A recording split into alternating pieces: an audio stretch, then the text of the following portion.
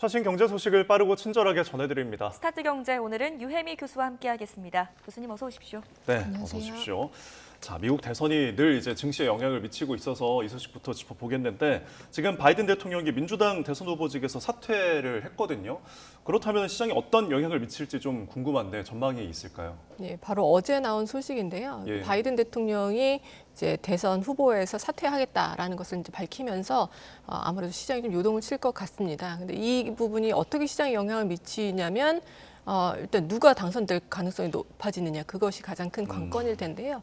현재로서는 트럼프 후보의 당선 가능성이 좀 더 높아지지 않을까 하는 예측이 나오고 있습니다. 왜냐하면 바이든 이제 대통령이 사퇴를 하면서 카밀라 해리스 부통령을 다음 이제 대선 후보로 좀 지지 선언을 했습니다. 그런데 이제 카밀라 해리스 부통령 같은 경우는 사실 인지도는 높은데 그렇게 인기가 많지는 않은 상황이라서 트럼프 후보 대비해서 경쟁력이 그렇게 높지는 않다는 그런 이제 예측이 나오고 있는 상황이거든요. 예. 그래서 만약에 이제 트럼프 후보의 당선 가능성이 더 높아진다면 지난주에 있었던 그 트럼프 피격 사건 이후로 트럼프의 당선 가능성이 좀 더 높아지면서 그 여파가 계속해서 이제 시장에 영향을 미칠 것으로 생각이 됩니다. 예.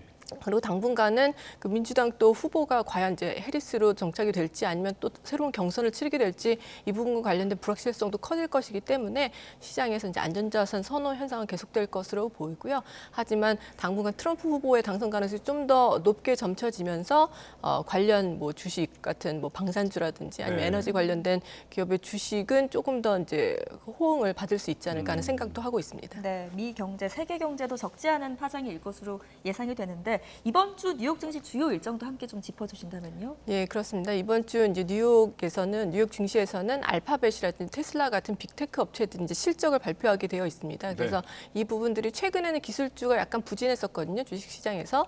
그리고 가치주라든지 이제 전통적인 우량주들이 좀 더 탄력을 받고 있는 상황이었는데 이 기술주들이 어떤 실적을 발표하고 또 그걸 바탕으로 해서 다시 또 한번 탄력을 받을 수 있을지가 관심이 모아질 것 같습니다. 그리고 여기에 미국의 여러 중요한 지표들이 또 발표가 되는데요. 첫 번째는 개인 소비 지출 물가 지수라고 미 연준이 이제 기준금리를 이제 결정을 할 때 가장 중요하게 보는 지표입니다. 그래서 물가가 과연 계속해서 안정된 추세로 가고 있을지를 이 개인 소비 지출 물가 지수 상승률을 보고 가늠을 할 수가 있을 것이고요.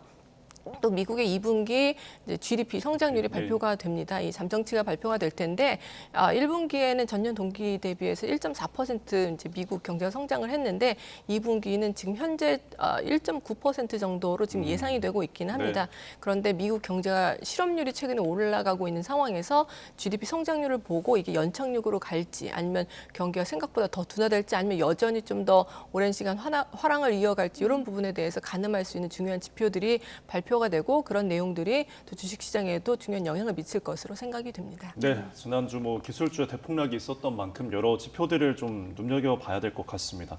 자, 다음 주제를 이야기해 보겠는데 굉장히 이번 달에 비가 많이 내렸잖아요. 장마가 좀 체감할 수 있는 수준인데 최근 폭우 때문에 농작물 물가 비상이라고요? 예, 그렇습니다. 농산물 가격이 굉장히 크게 오르고 있는데 아무래도 이제 장마가 오랫동안 지속이 되고 이것이 또 국지성 폭우로 많이 이제 귀결이 되고 있습니다. 그래서 그렇게 폭우 피해가 심한 지역을 중심으로 해서 채소나 이제 과일 공급량이 좀 줄어들면 그 가격이 상승하는 것은 굉장히 당연한 수순인데요. 지난 19일 기준으로 적상추 같은 경우는 소매 가격이 일주일 만에 56% 상승을 했고요.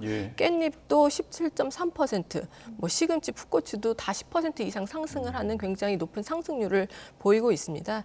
이것은 아무래도 이제 폭우와 폭염이 이제 지속되면서 출하량이 크게 이제 줄어든 영향이 크고요. 거기다가 출하 작업을 하기도 또 수확을 하기도 굉장히 어려운 상황이 지속되고 있다 보니까 공급량이 많이 줄면서 가격이 크게 오르고 있는 그런 상황입니다. 네.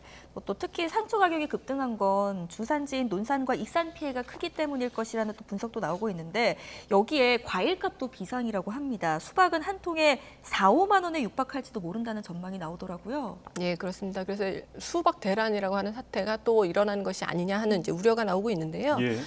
수박의 대표 산지가 이제 충남, 논산, 부여 정도 될 텐데요. 이 지역들이 전체 하우스 재배 산지의 60, 70% 이상의 침수 피해를 받는데 있는데 이 지역이 전국 수박 하우스 물량 70% 이상을 공급하는 그런 지역입니다. 그래서 이 지역에 침수 피해가 몰리면서 수박 공급량이 줄어들고 이것 때문에 이제 수박 대란이 일어날 수도 있다는 그런 상황인데요. 이게 장마뿐만이 아니라 장마 이후에도 계속 폭염이 지속된다든지 예. 아니면 고온 다습한 그런 상황이 지속이 되면 전반적으로 과일이나 채소의 생육이 좀 이제 불안해지기 때문에 네. 앞으로도 지금 이제 농산물 가격 중심으로 해서 변동성이 상당히 큰 그런 기간이 이어질 것으로 지금 전망이 되고 있습니다. 네.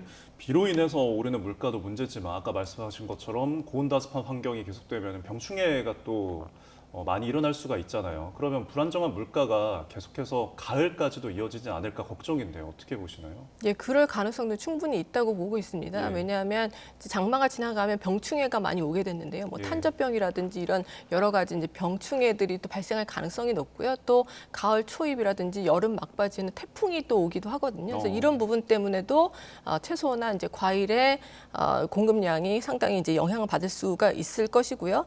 특히 사과 같은 경우는 이제 조생종, 좀 일찍 수확을 할 수 있는 그런 품종의 경우에는 냉해 피해가 없어서 그래도 좀 수확량이 어느 정도 보장이 되는 상황인데 예. 중생종이나 이제 종생종 같이 조금 더 이제 수확이 뒤로 밀리는 경우에는 태풍이라든지 이런 추후에 있을 여러 가지 이제 기상 이변 같은 것들이 영향을 미칠 수가 있기 때문에 가을에도 또 추석을 앞둔 이제 가을쯤에도 과일값들이 좀 변동성이 큰 모습을 보일 수 있다라는 이제 전망이 나오고 있습니다. 네. 예. 마지막으로 유통가나 정부에서 어떤 대책을 좀 꾸리고 있는지도 짧게 설명을 해주시죠. 예, 일단 수박 같은 경우는 이제 하우스 상당 부분이 침수 피해를 입어서 공급량이 줄어드는 상황인데 일반 유통업체나 이제 마트 같은 경우에는 고산지에서 이제 수박을 좀 조달을 한다든지 다른 이제 공급지 위주로 이제 수박을 조금 공급하려고 하고 있고요. 예. 정부에서는 이제 병충해를 계속해서 점검을 하고 결국에는 수급을 좀 안정시키기 위한 그래서 뭐 재파종을 한다든지 그걸 위해서 뭐 자금 지원을 한다든지 농가에 이런 부분을 중심으로 해서 수급을 좀 안정시키기 위한 대책을 마련하고 있는 상황입니다. 네. 네. 물가가 오르면서 서민들은 밥상에 뭘 차릴지 늘 고민이 커질 것 같습니다. 자, 다음 소식 보면은 지금 일도 구직 좀 활동하지 않는 그냥 노는 대졸자 월 평균 400만 명 넘었다고요. 예, 우리가 흔히 이제 비경제 활동 인구라고 하는데요. 예. 경제 활동 인구를 취업자와 실업자의 합으로 봅니다. 이제 취업자는 지금 일을 하고 있는 사람이고 실업자는 일을 하고 있지 않지만 구직 활동을 적극적으로 하고 있는 사람인데요. 네. 취업자도 아니고 실업자도 아닌 사람들 비경제 활동 인구라고 합니다. 대체로 뭐 학교에 다니고 있다거나 하면 비경제 활동 인구가 될 텐데 예.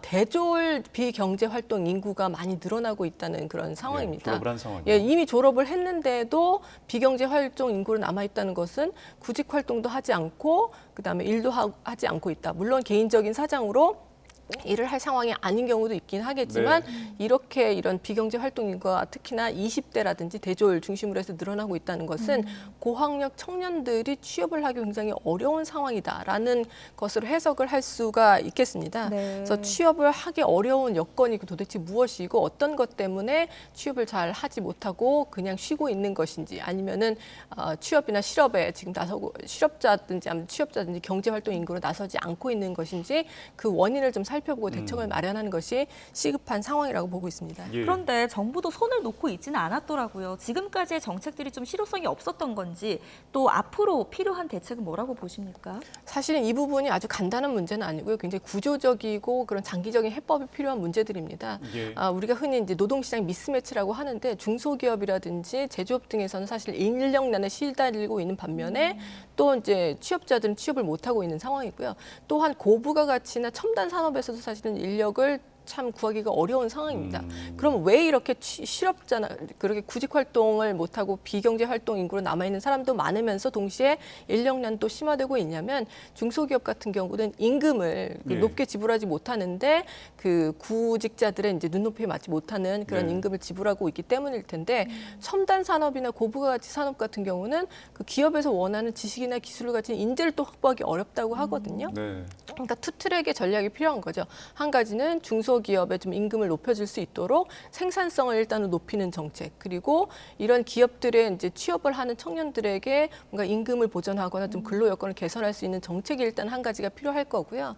다른 한 가지는 이런 이제 첨단 산업이나 고부가치 산업에서 그런 지식과 기술을 적당히 갖춘 인재들을 또 찾기 어렵다는 것은 정부가 이제 마련하고 있는 직업 훈련이라든지 이런 대책들이 그렇게 효과성이 없다. 그래서 민간에 정말 그런 직업 훈련이라든지 이런 부분에 있어서 효과를 낼 수 있고 성과를 낼 수 있는 그런 민간 업체들을 좀 육성하는 것이 필요할 것이고요. 궁극적으로는 대학에서 이런 부분들을 해결을 해줘야 되는데 대학들이 지금 재정이 많이 어렵다 보니까 인재들을 육성하는 상당히 어려움을 겪고 있습니다. 그래서 대학의 좀 재정에 좀 투입이 필요한 그런 상황이라고 볼 수도 있고요.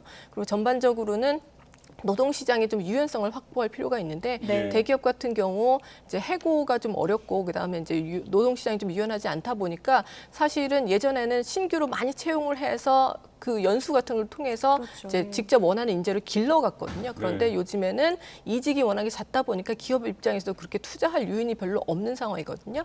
그렇지만 일단 한번 채용을 해보고 원하는 인재인지 아닌지 점검할 필요가 있는데 네. 이제 한번 채용을 하면은 뭐 해고도 어렵고 여러 가지 이제 비용들이 많이 발생하다 보니까 기업 입장에서도 고용을 좀 꺼리는 그런 측면이 있기 때문에 이런 부분들을 좀 개선할 수 있는 그런 구조적인 대책이 필요한 상황이라고 보겠습니다. 예.